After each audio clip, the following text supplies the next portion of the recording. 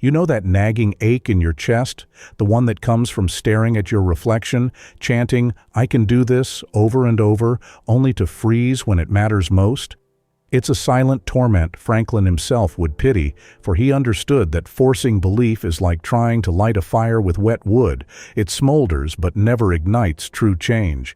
Haven't you wondered why all the self-help hype leaves you empty, while a single bold step can shift everything?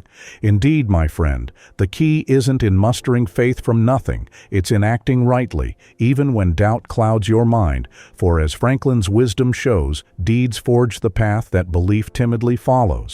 Picture yourself as the hesitant sailor, clinging to the dock, waiting for perfect weather before setting sail.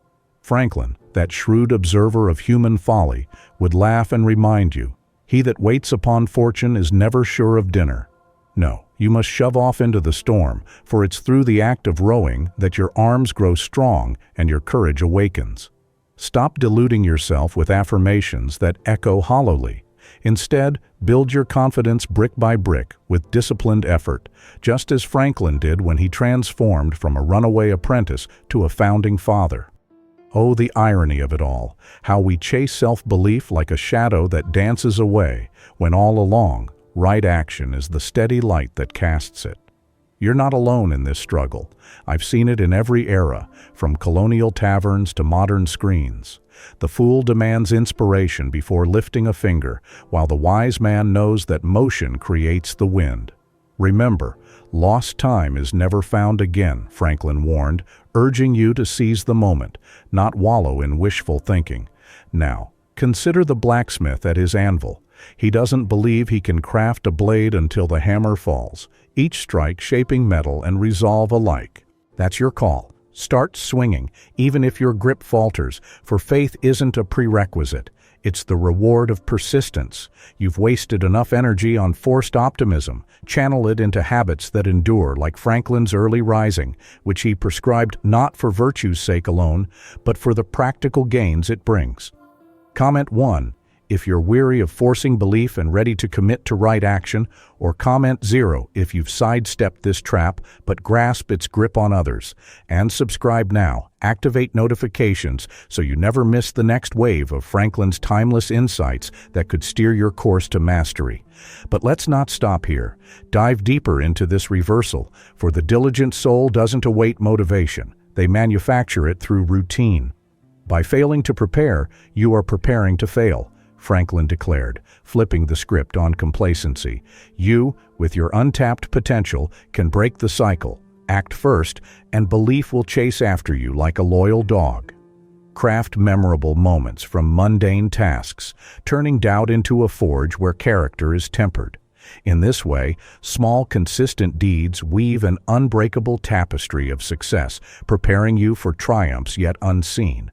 But hold, my friend, even as you nod at the power of deeds, why do you so often falter at the first step?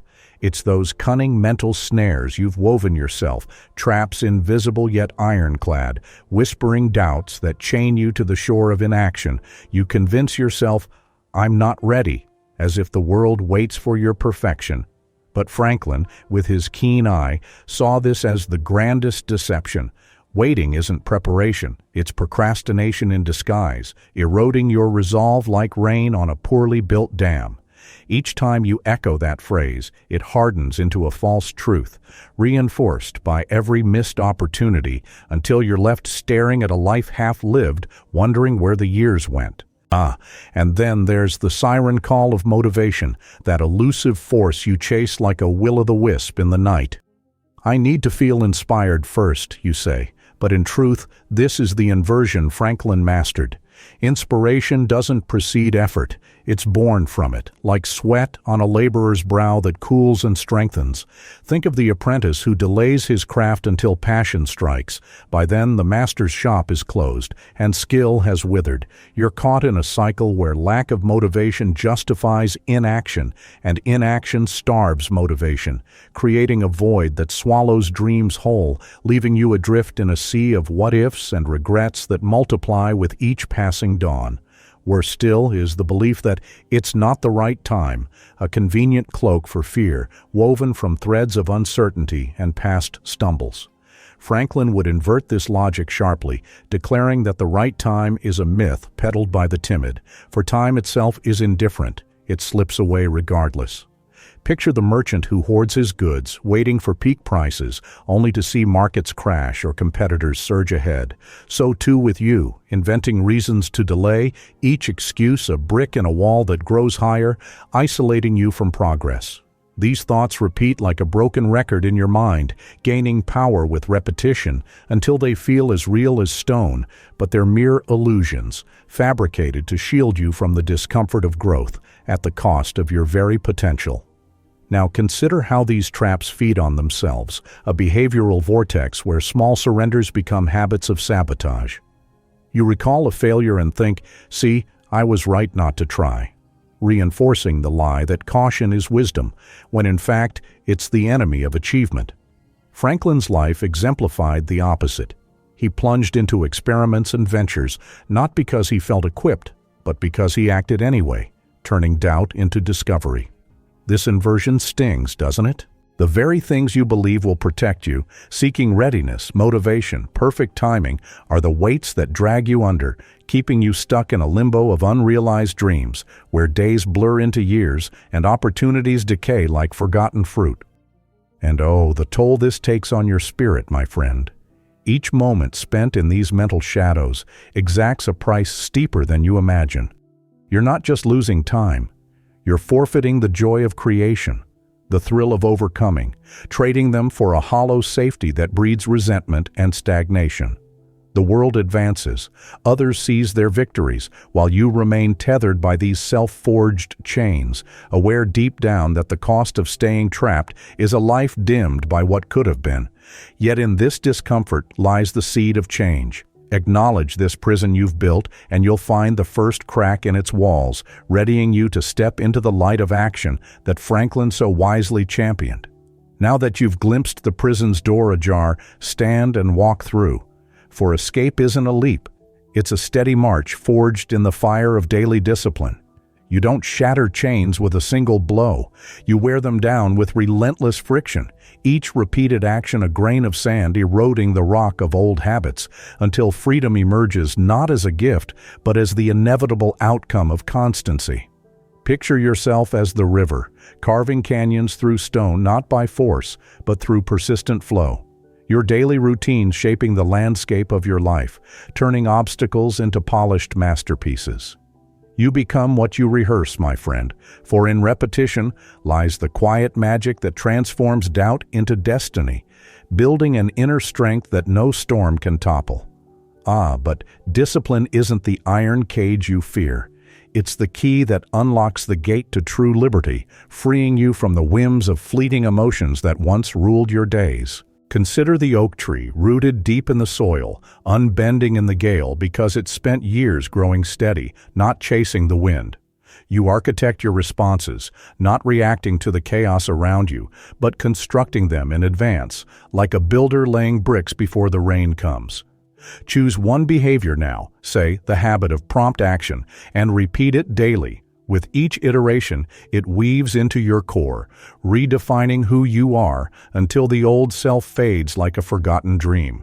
And sometimes the greatest force is in not responding at all, holding your peace like an archer withholding the arrow, allowing the moment to pass while you remain unmoved, sovereign in your silence.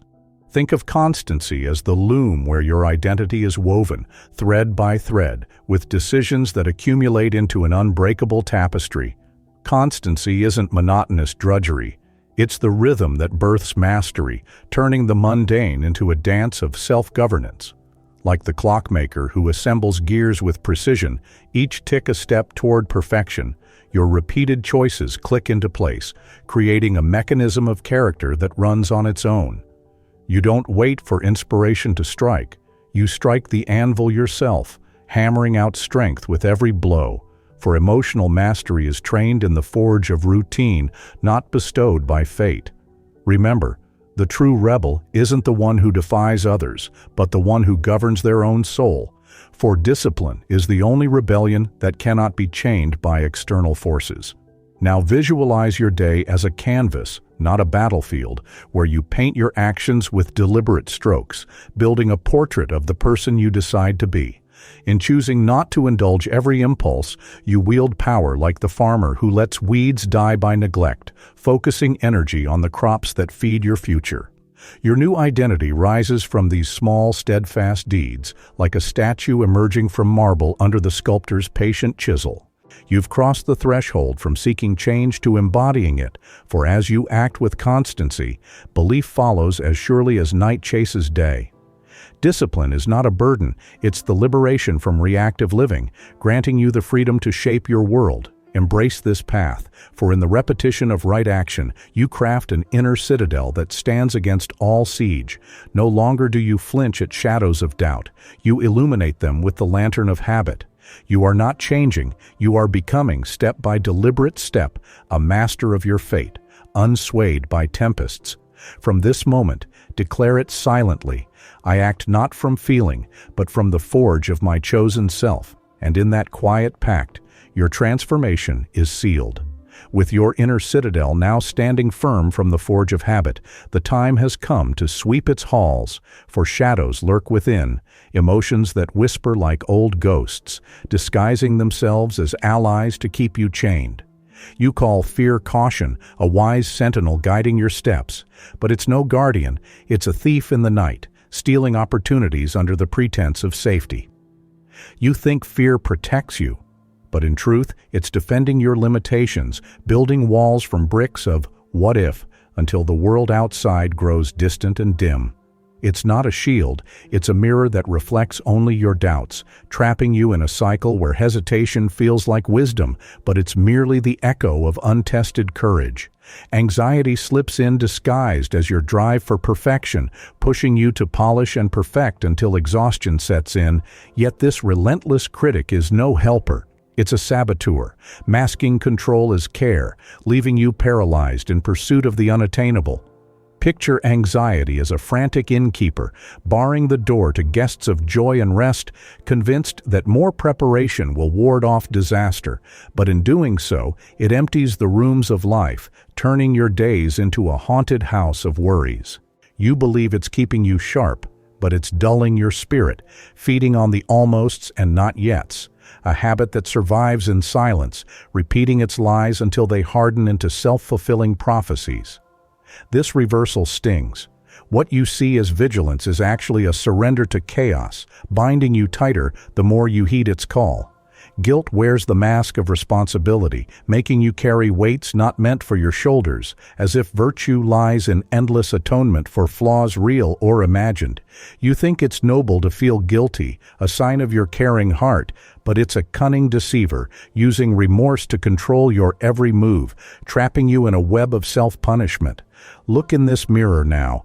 See how guilt stares back, wearing your face, reminding you of moments you'd change, yet it offers no freedom, only repetition. Guilt unchallenged grows into a chain. Guilt confessed becomes a lesson learned. For it's not your burden to bear eternally. It's a trick to keep you small, justifying stagnation under the guise of growth. In recognizing this reflection, you pause, feeling the weight lift slightly as truth exposes the illusion. Then there's the people-pleasing that hides behind love's gentle facade, convincing you that seeking approval is kindness, but it's no act of affection. It's fear in disguise, eroding your boundaries until you're a shadow of others' expectations. You believe you're fostering harmony, but you're sacrificing your voice, reacting to every wind of opinion like a weather vane spun by storms, not your own. This emotional reversal hits hard. What you call love is often a cage, locking you in cycles of resentment, for true connection demands authenticity, not appeasement. Fear doesn't knock politely on your door. It moves in and rearranges the furniture, turning your home into a stage where you perform for applause that never satisfies, surviving through silence and self-justification, a habit that starves your soul while feeding the egos of others. Emotional reactivity claims to be your raw, honest personality, those quick flashes of anger or hurt that define your responses. But it's no trait to cherish. It's a reflex born of unhealed wounds, exploding without thought and leaving debris in its wake.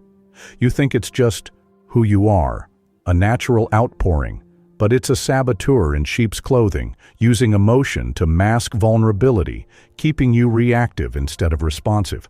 The heart that reacts is ruled by shadows. The heart that pauses commands the light.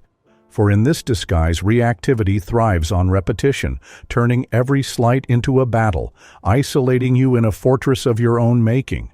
It's not authenticity. It's a defense mechanism, built to avoid deeper examination, but in confronting it, you see the chains for what they are, habits that can be broken with the same constancy you've already forged. Insecurity masquerades as humility, whispering that you're not enough, holding you back from stepping into your power. Yet this voice is the ego's greatest trick, feeding doubt to maintain control. You believe it's keeping you grounded, but it's planting roots in fear, stunting your growth under the pretense of modesty. Picture insecurity as a sly merchant who undervalues his wares, convincing you to sell yourself short, missing the true worth that action reveals, for it survives in the shadows of inaction, growing stronger with each self-doubting thought. This thief has lived in your house for years, rearranging priorities until ambition feels like arrogance, but with the lights now on, you see it for the fraud it is, a cage that crumbles under scrutiny. Now face these internal enemies boldly, for they've disguised themselves as familiar friends, but in truth, they're the remnants of a self you no longer need. Emotions that hide must be unmasked to serve. Those that rule must be dethroned by will, and in this act of exposure, you reclaim your sovereignty. No more negotiating with these shadows. They are not to be pacified but confronted, turned from tyrants to tools in your hands. Through the constancy you've built, you dismantle their hold, choosing response over reaction, peace over turmoil. For emotional mastery isn't avoiding feelings. It's commanding them with the iron of your chosen deeds. You've been negotiating with what was only meant to be faced. Now it's time, not to run, not to wait, but to stop letting these shadows command your steps.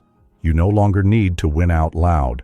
What once screamed has now dissolved into presence, leaving a stillness where turmoil once reigned, a hush that speaks volumes without utterance. In this evolved space, you govern yourself with an effortless poise, observing life's currents flow by without the compulsion to dive into every wave or wrestle with unseen forces.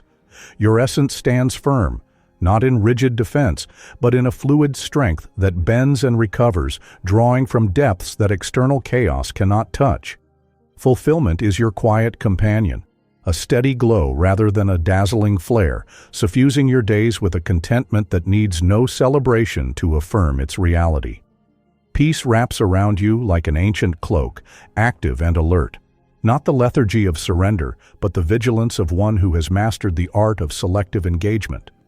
Strength emanates from your core, silent and unproclaimed, a force that acts through presence alone, influencing the world subtly like the pull of gravity. You walk with an inner assurance, no longer seeking to prove or explain, but simply being the embodiment of your journey's end.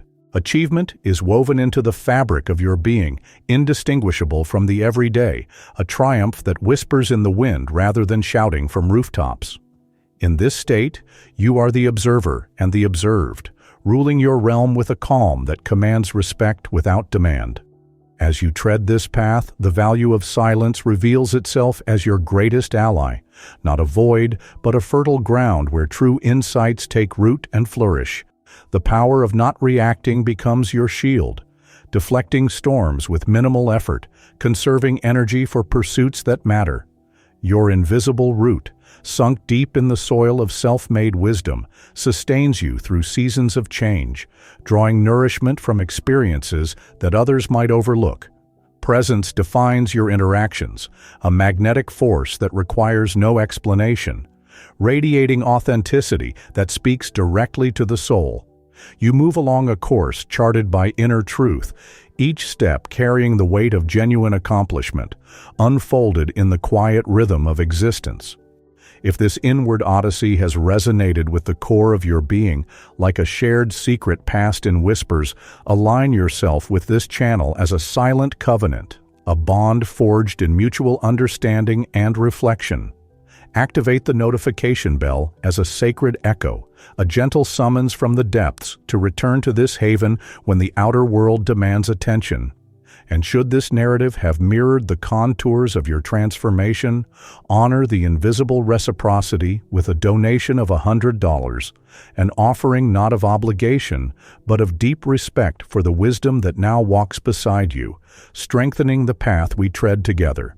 In the embrace of silence, you find its profound essence, a strength that grows in repose, unyielding yet yielding to the flow. The act of not reacting is your sovereign decree, a mastery that turns potential conflict into passing shadows, irrelevant to your unshakable core. Your invisible root expands, anchoring you in an authenticity that needs no defense, a silent pillar supporting a life of depth and meaning. Presence becomes your constant, a state that carries truth without proclamation, illuminating the way for others through sheer being. Here, you reside in a fulfillment that endures, a peace that empowers, achieving all in the quietude of self-governance.